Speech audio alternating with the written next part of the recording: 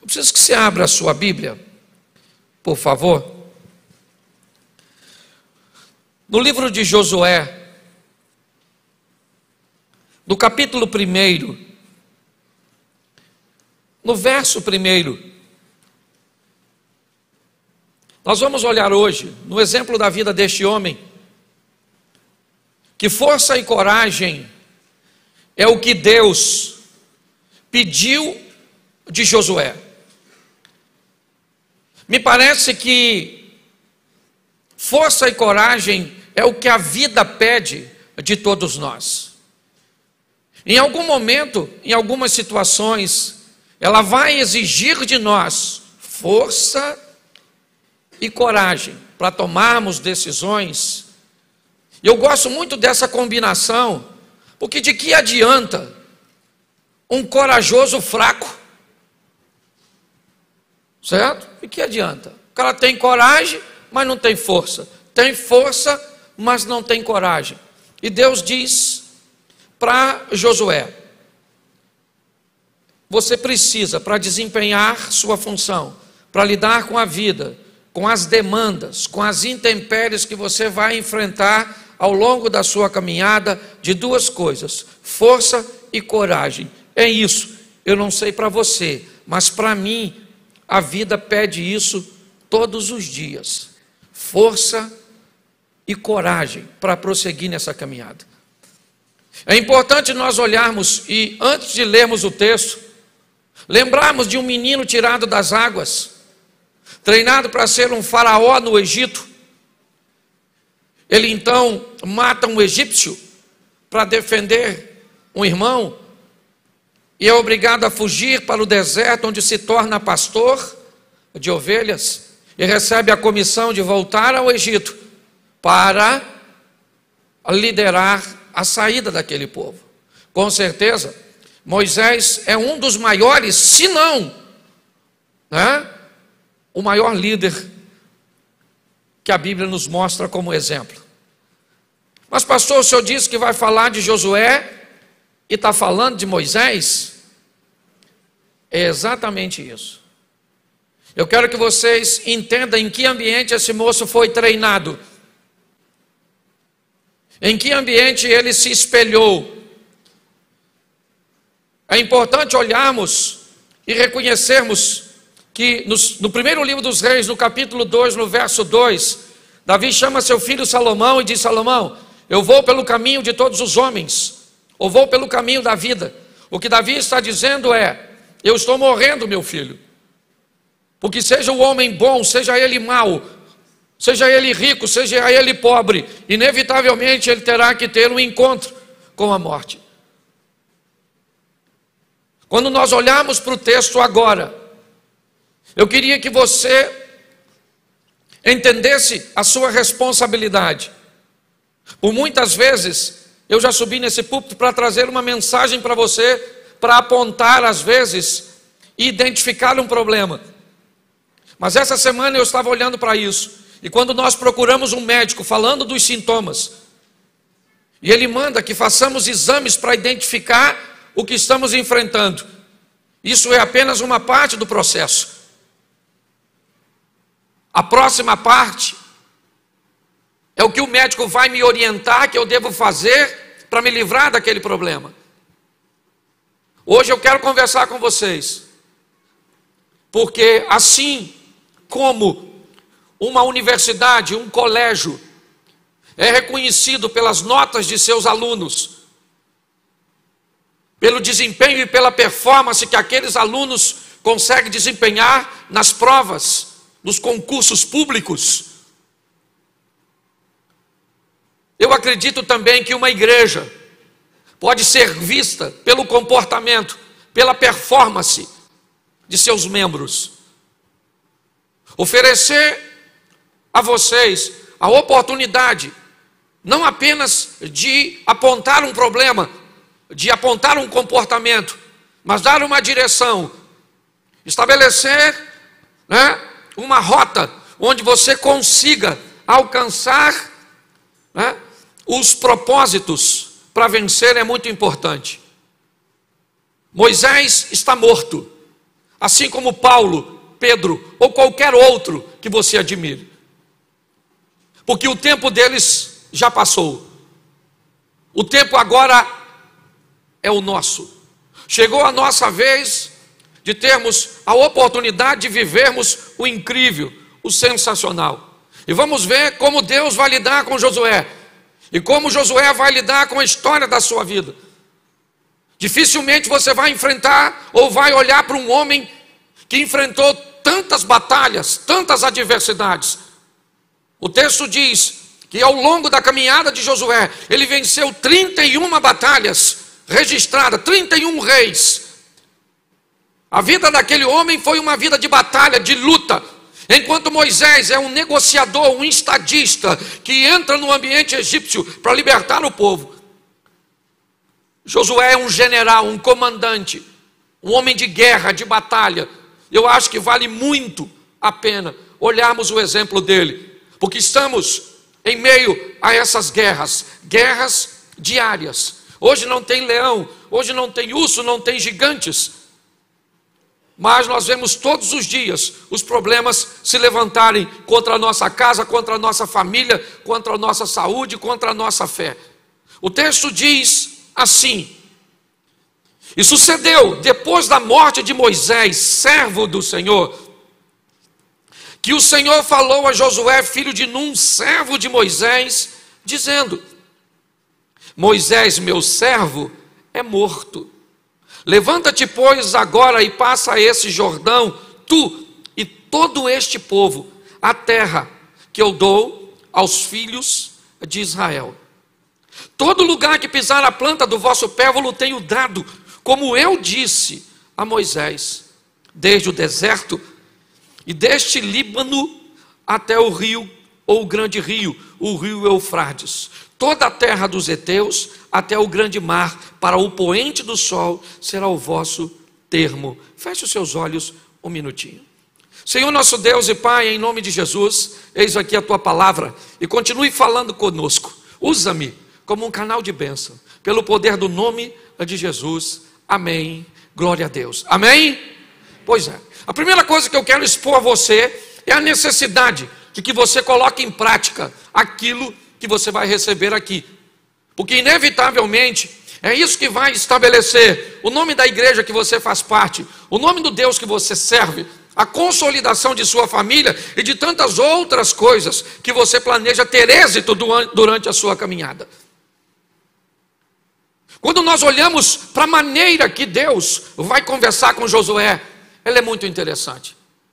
Porque em momento nenhum, aqui, Deus chama Josué de seu servo. Deus chama Josué e diz: o meu servo Moisés é morto. E assim como eu fui com Moisés, meu servo, eu serei com você, Josué, servo de Moisés.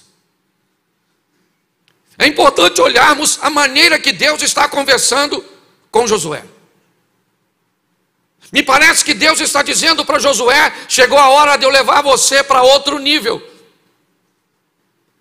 Até o presente momento, você era um mero espectador, um coadjuvante, alguém que via as minhas orientações serem dadas a Moisés, porque Moisés era meu servo, e meu servo Moisés era morto, e você até esse momento era servo de Moisés, mas agora você vai ser meu servo.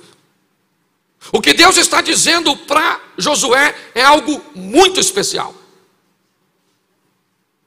Primeiro ele está dizendo: a sua caminhada comigo não pode depender, quando você mudar de fase, de alguém que ore por você, que leia por você, que interprete. Chegou a hora de você viver a sua própria história. Chegou a hora de você tomar suas próprias decisões. Não é porque sua mãe era minha serva que isso qualifica você para ser minha serva também, ou para ser meu servo também. O que Deus está dizendo para ele: agora você vai precisar mudar de fase, Josué.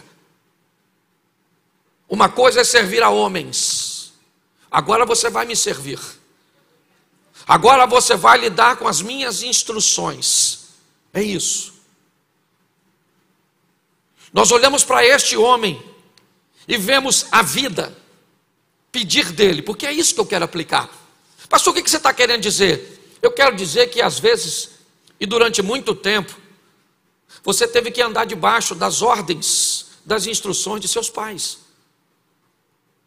Talvez em determinada fase da sua vida, você teve que andar debaixo das ordens de seu chefe, de seu patrão, daquele que era dono da empresa ou do negócio que você participou. Mas tem momentos que a vida tira você desse ambiente e traz você para uma outra fase. A fase que agora não são seus pais que decidem se você vai ou não, se você compra ou não. Agora chegou a sua vez de tomar suas próprias decisões. E isso parece ser muito bom e nos oferecer uma liberdade.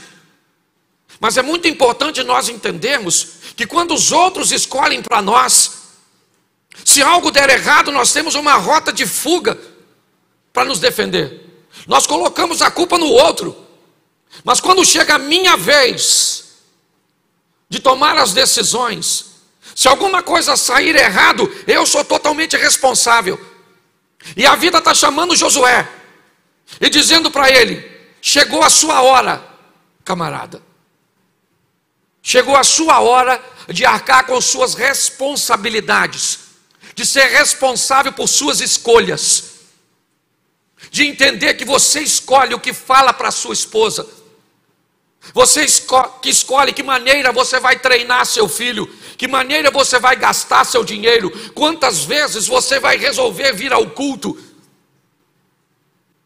o que você compra, o que você não compra.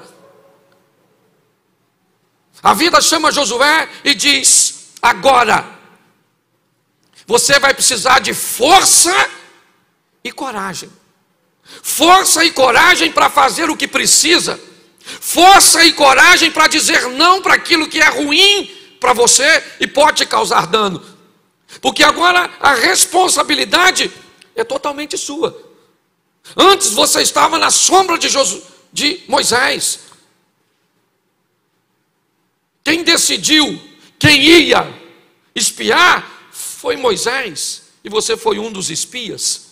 Mas agora chegou a sua vez de enviar espias. O que ele viveu para Canaã, agora ele está enviando para Jericó. A vida requer de mim e de você muita responsabilidade, muita maturidade. Por quê? Porque nós gostamos muito de culpar o diabo, de culpar o governo, de culpar fulano, de culpar ciclano. Eu já cheguei à conclusão que quando a culpa é minha, eu coloco em quem eu quero. A vida requer desse camarada a responsabilidade. E como ele vai lidar com isso? É isso que eu quero mostrar a você.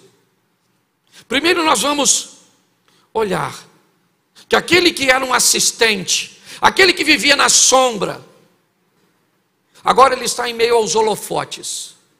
É ele que escolhe. Ele sabe que servir a Deus é muito bom. É ter uma ligação direta com o Todo-Poderoso. Mas ao invés de falar com a rocha, feri-la, pode impedir de que se entre na terra prometida. E isso ele também aprendeu com Moisés. Lidar com as responsabilidades é um grande desafio. E por isso muitas pessoas se negam. Por isso que a maioria das pessoas que entram na igreja, pastor Abner, a grande pergunta delas é o seguinte: o que eu posso fazer e o que eu não posso? Me dá as regras. Porque se deixar para eu interpretar e eu errar, a culpa é minha. Então eu fico com a interpretação dos outros. As pessoas têm medo de lidar com responsabilidade. Está aí porque as pessoas não querem se casar. Está aí porque as pessoas não querem ter filhos. Porque tudo isso pede de si mesmo muita responsabilidade. Um erro pode ser catastrófico. Então, ao invés de me preparar para não errar, eu fujo de tudo aquilo que traz sobre mim uma grande responsabilidade. Eu não quero um cargo na igreja, eu não quero nada, eu quero passar despercebido.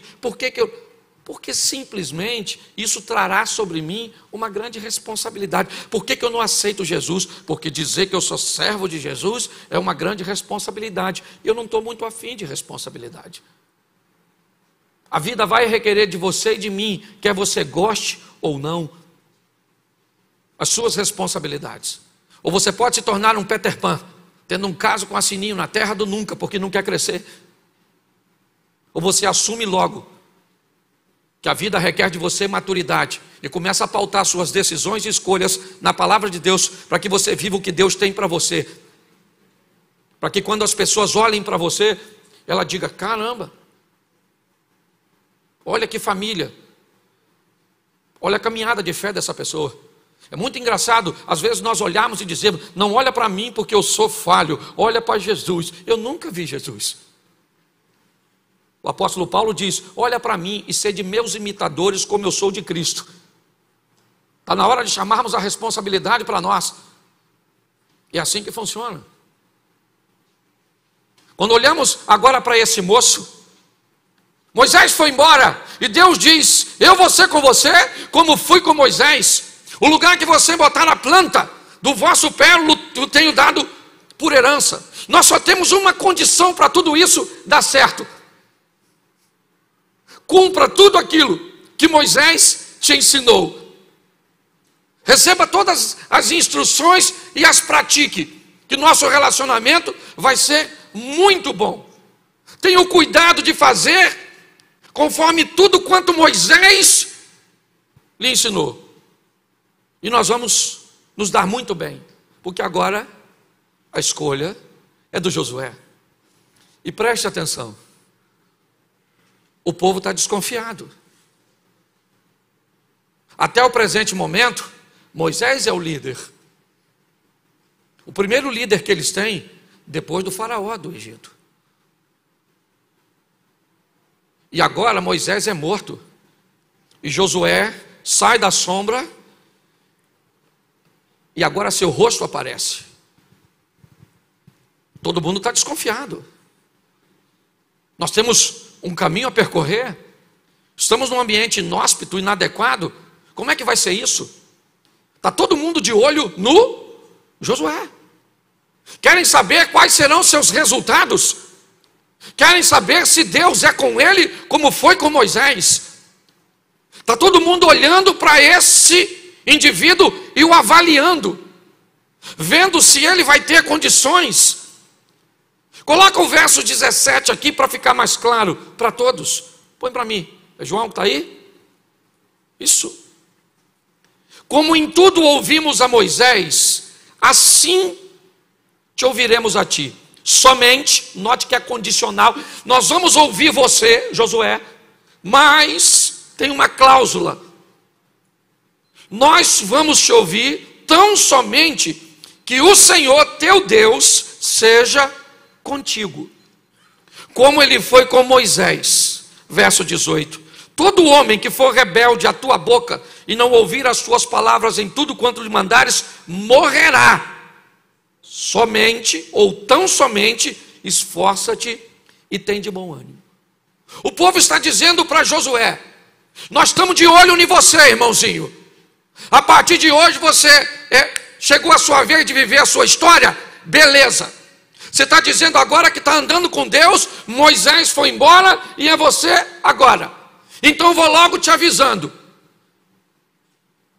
que nós vamos te obedecer, e quem não te obedecer, morre. Mas o texto deixa nas entrelinhas que se Deus não for com ele, se ele for um líder que não convém e coloque o povo em perigo, ele morre. Olhe bem, a postura agora é dizer: está todo mundo de olho em você, Josué. E essa é uma responsabilidade que nós não queremos. Arcar com a responsabilidade, minha esposa está me avaliando o dia inteiro, meus filhos estão me avaliando, meus vizinhos estão me avaliando, meus funcionários estão me avaliando, os membros da igreja estão me avaliando, está todo mundo me avaliando. As pessoas que me seguem na internet estão me avaliando, porque a Bíblia diz que nós estamos debaixo de uma grande nuvem de testemunhas. Se você acha que a sua vida é simplesmente sua, você não sabe nada sobre o Evangelho. Segundo o Evangelho, você é luz e você é sal. Nossa vida está totalmente entrelaçada com a vida dos outros. Mas exige de nós agora alto nível de responsabilidade, força e coragem para tomar decisões, sejam elas favoráveis a mim ou desfavoráveis a mim. Muitas vezes está todo mundo olhando para Josué, querem saber como é que funciona agora. Será que Deus é com ele? E agora ele vai começar a ter as suas próprias experiências. Nós nunca vivemos num ambiente tão hostil como o atual. O tempo inteiro estão tentando minar a nossa fé. O tempo inteiro estamos vivendo escândalos de pessoas que professam a nossa fé e são famosas. Pastores presos, envolvidos em homicídios, envolvidos em violência domésticas, envolvidos em fraudes. O que é tudo isso? Isso é um ambiente que tem o propósito de apagar a nossa fé. Quem vive de experiências dos outros não vai muito longe. Por que é importante sair desse ambiente de coadjuvante e protagonizar no palco da vida minhas próprias histórias? Porque quanto a fatos não há argumento. Quando eu começo a ter as minhas próprias experiências com Jesus, com a minha fé, não adianta ninguém falar contra o meu Deus. Porque meu relacionamento com Deus não é teórico, ele é prático. É assim que funciona. Esse cara agora vai viver suas próprias experiências. A primeira, ele tem uma nação para atravessar o Jordão. E Deus diz para ele: instrua os sacerdotes a pegar a arca da aliança, caminha em direção ao Jordão, e assim que os sacerdotes tocarem as águas, elas vão parar. As águas de cima vão parar de correr do Jordão e o povo vai atravessar. E Josué vai viver a sua primeira grande vitória. Está todo mundo de olho nele, vamos atravessar o Jordão. E como é que nós vamos atravessar? Mulheres, crianças, gados, tudo isso. Ele diz: fique tranquilo, porque Deus vai abrir o Jordão. E está todo mundo olhando. Você não gosta que todo mundo olhe para você, que te avalie, que olhe para a roupa que você está usando, as frases que você está postando, a sua postura, culto ou extraculto, como você trata a sua esposa? Ninguém fala com você, mas está todo mundo vendo. Essa é a grande verdade. Está todo mundo olhando para todos nós, nos avaliando o tempo inteiro, para ver se condiz a nossa vida com aquilo que professamos. Esse cara agora vai mostrar para aquele povo, ou melhor, Deus vai mostrar para o povo que é com ele. Capítulo 3, verso 7. Coloca aí, 3, 7. E o Senhor disse a Josué: este dia começarei a engrandecer-te perante os olhos de todo Israel, para que saibam que assim como eu fui com Moisés, eu serei contigo. Deus está dizendo: eles não querem ver se eu sou na sua vida? É isso? Mas pastor, querido, o Moisés já partiu, o tempo dele passou. O que ele me serve hoje é de inspiração.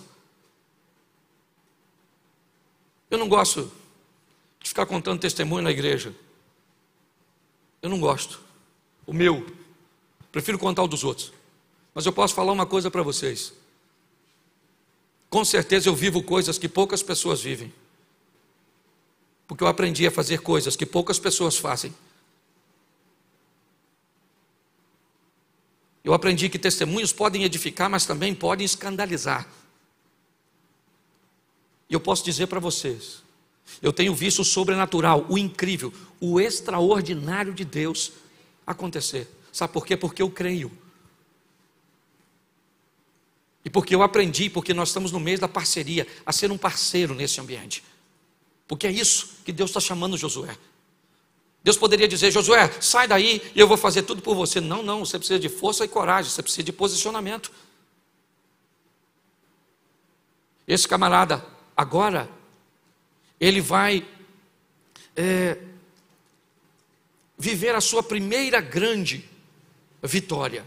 Josué vai aprender que a vida com Deus e que o relacionamento com Deus, ele é feito de vitórias, de momentos bons.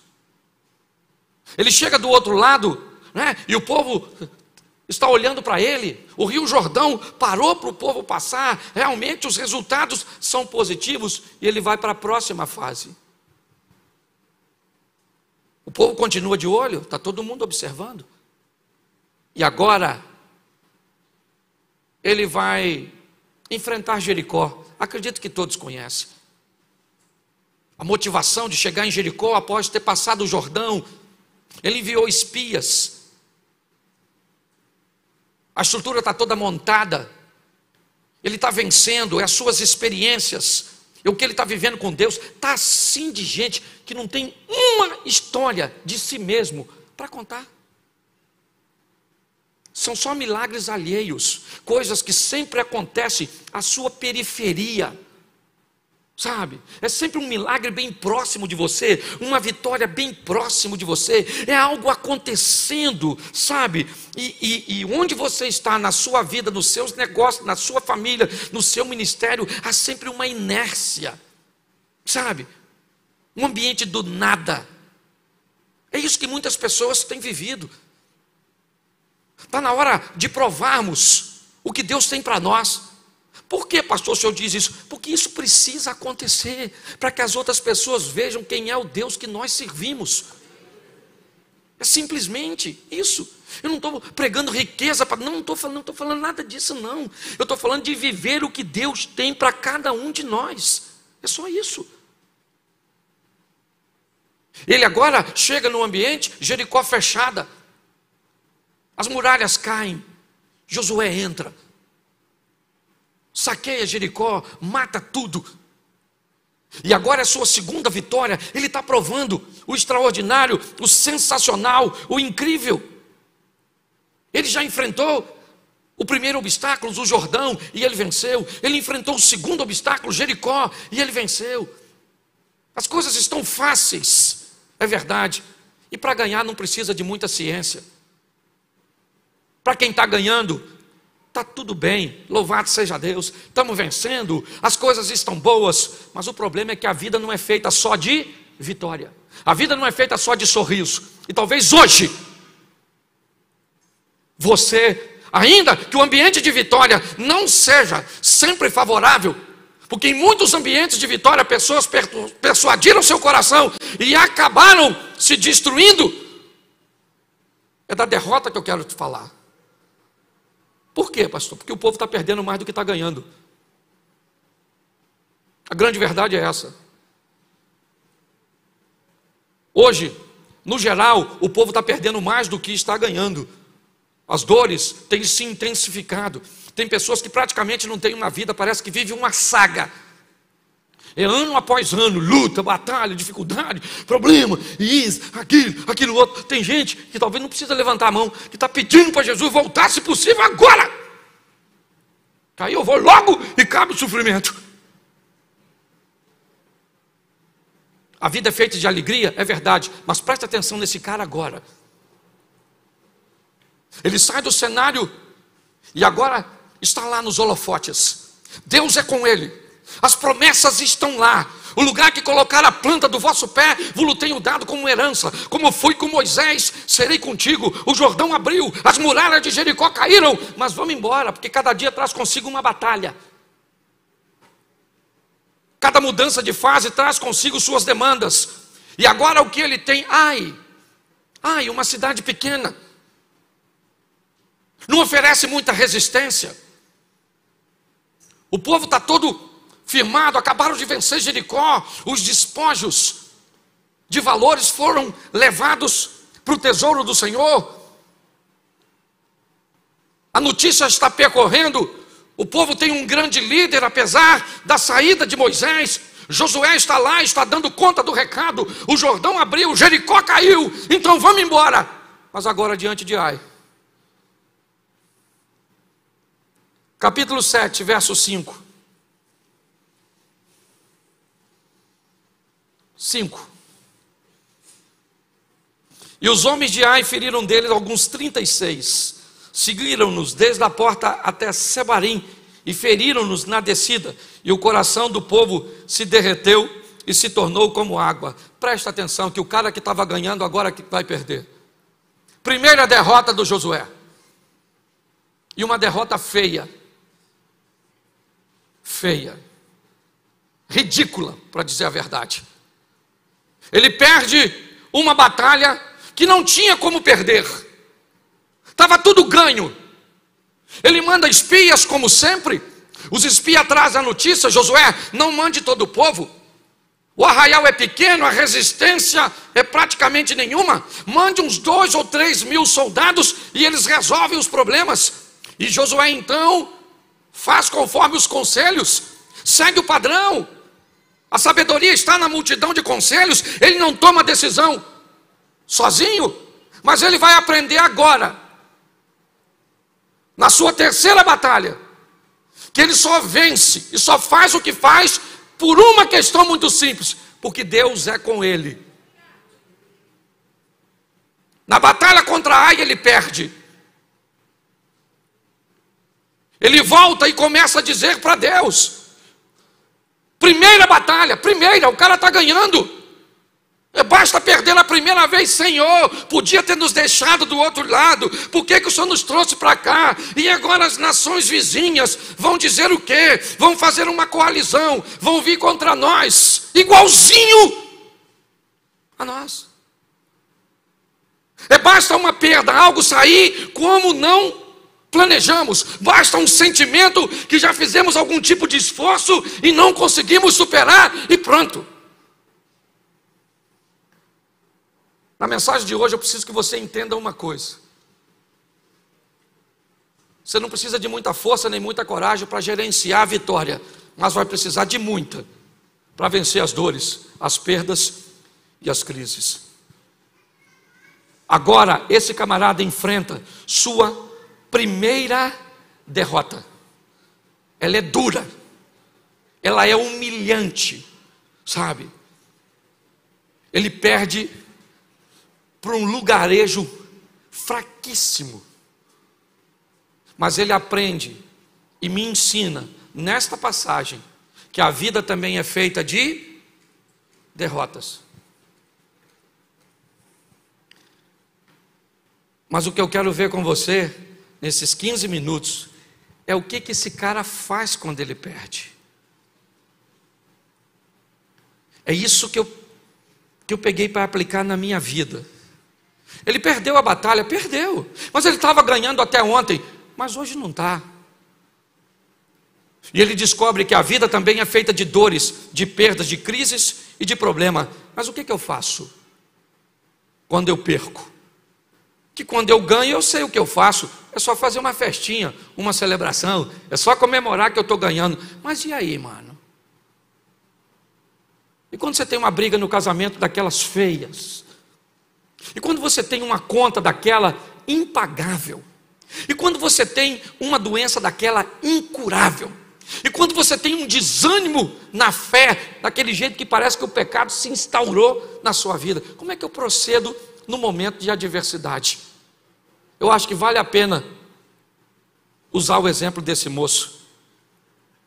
Capítulo 7, verso 6, diz assim: Então Josué rasgou as suas vestes, se prostrou em terra sobre o seu rosto perante a arca do Senhor até a tarde. Ele e os anciãos de Israel deitaram pó sobre as suas cabeças, né?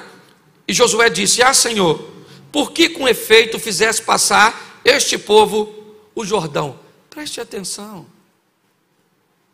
A primeira coisa que Josué faz é ir falar com Deus. E a primeira coisa que ele quer saber é o seguinte: por que é que eu estou vivendo tudo isso? Por que é? Por que é que eu estou endividado? Por que é que meus filhos estão desse jeito? Por que é que a minha fé está desse jeito? Por que é que o meu casamento está desse jeito? Por que que os meus negócios estão desse jeito? Eu preciso saber o motivo. O que me levou a estar onde eu estou. Se eu quero sair de uma situação, a primeira coisa que eu tenho que saber é o que me levou para lá.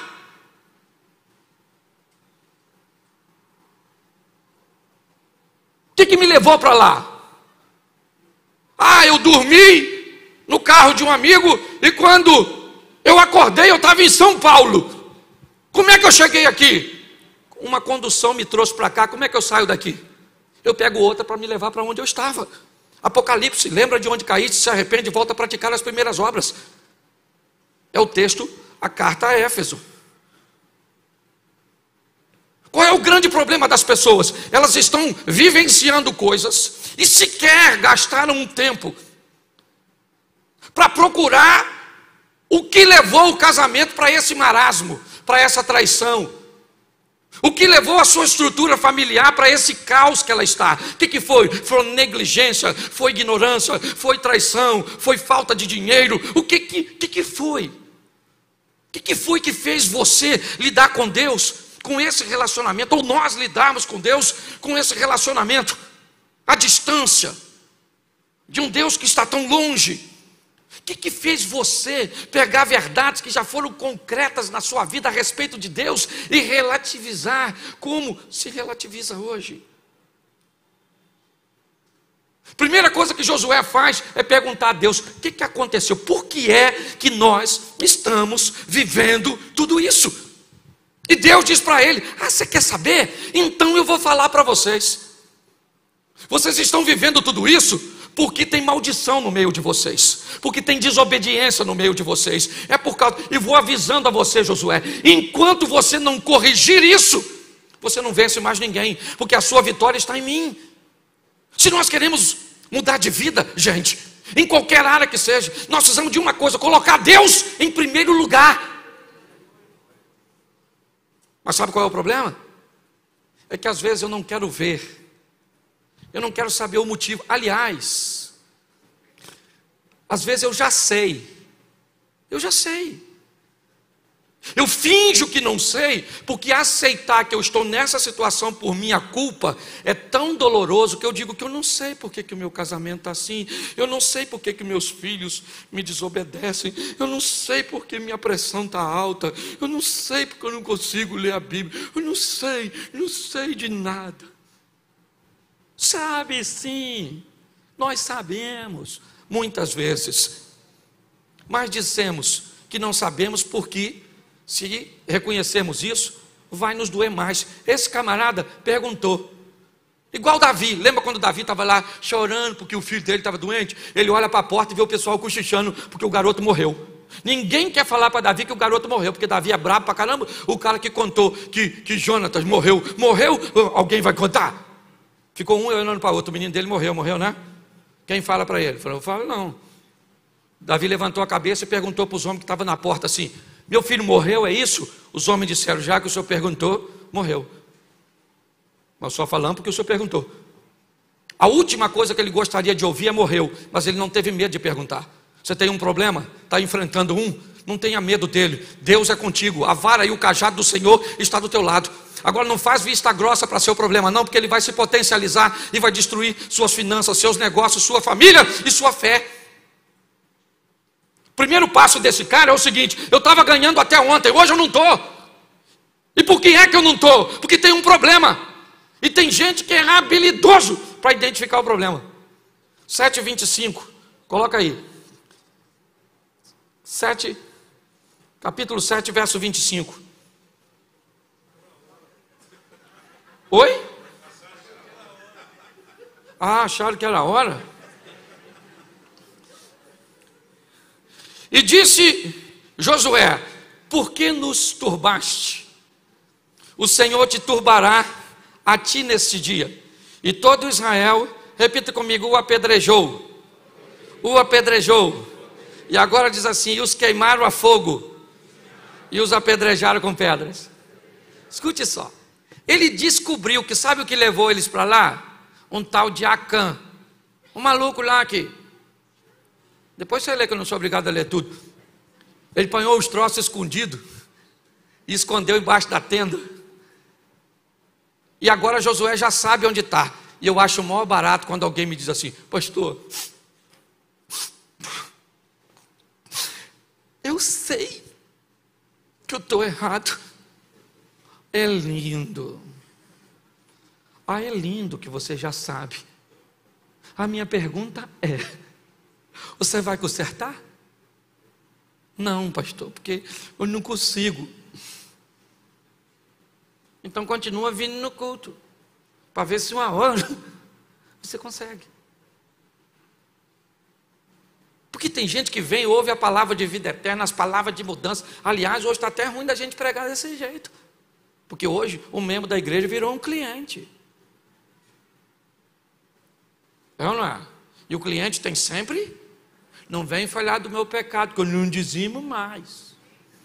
Vou para outra igreja. Fica me acusando. Não estou acusando ninguém, não.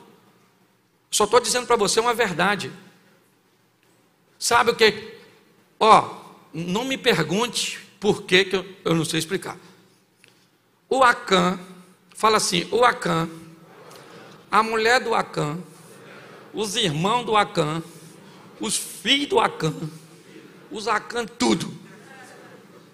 Josué pegou, botou tudo lá de fora e falou: aí gente, sabe por que nós estamos nessa treta? Por causa do Acã, se infeliz, pegou umas coisas aqui, Deus vazou, deixou nós sozinhos, perdemos essa batalha. E agora, o que nós vamos fazer? Matar o Acã, lógico. E os filhos do Acã morrem também, porque é Acãzinho. Lembra das raposinhas? Se você não matar enquanto está pequeno, o infeliz cresce. É a história do mineiro que foi atropelado por um trem, lembra?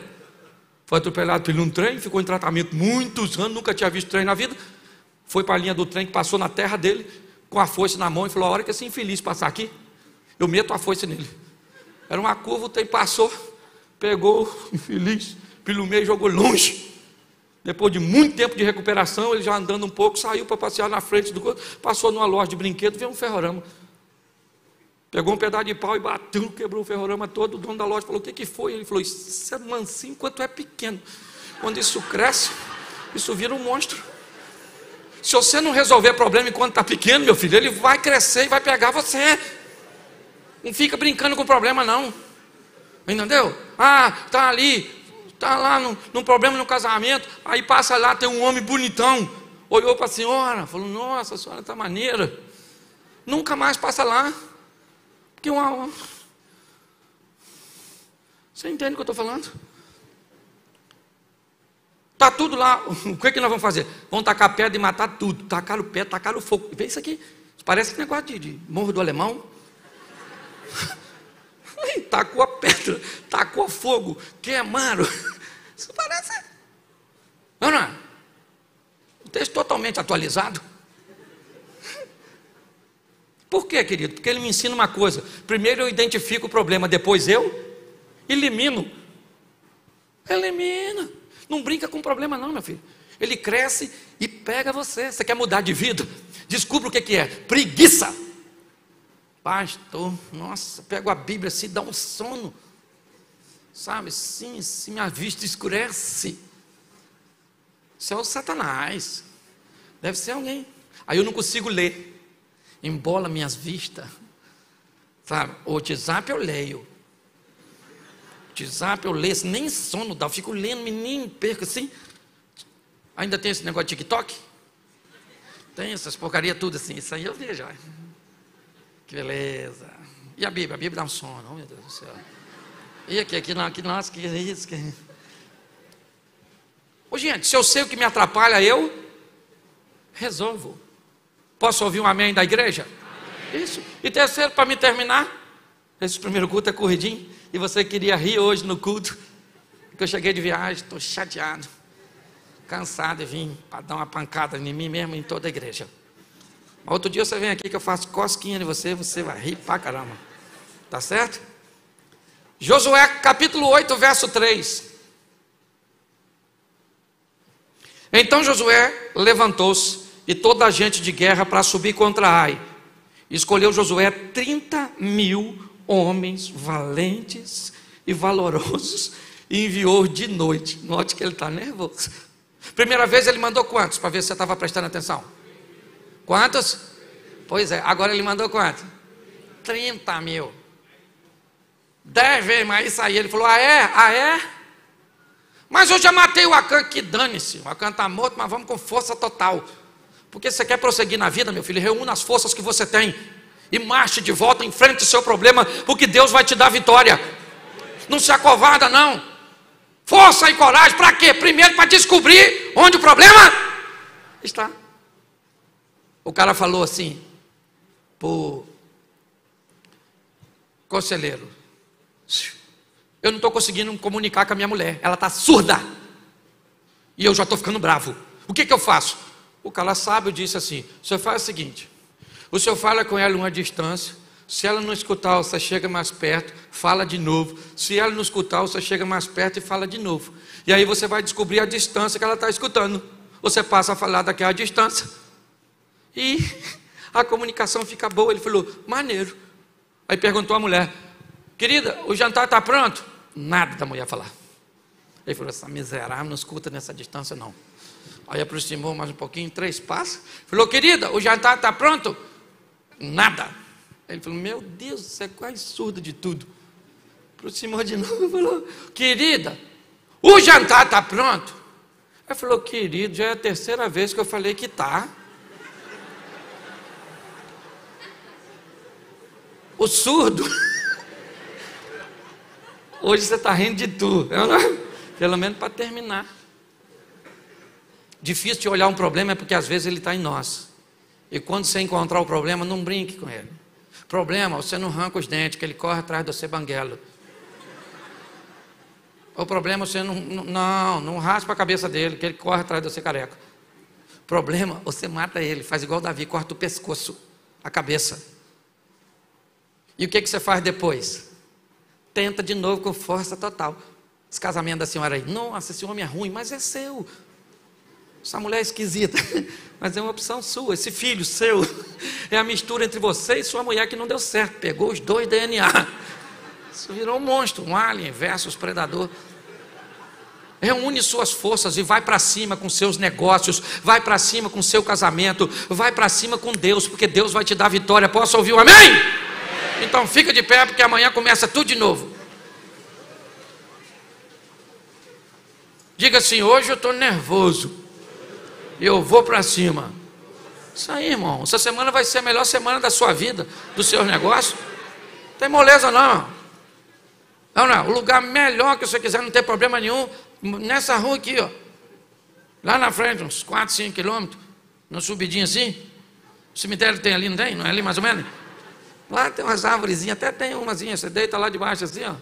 Alguém vai botar uma cruzinha. Oh, meu Deus. Não vai ter problema com ninguém. Enquanto estiver aqui, o negócio é desafiador.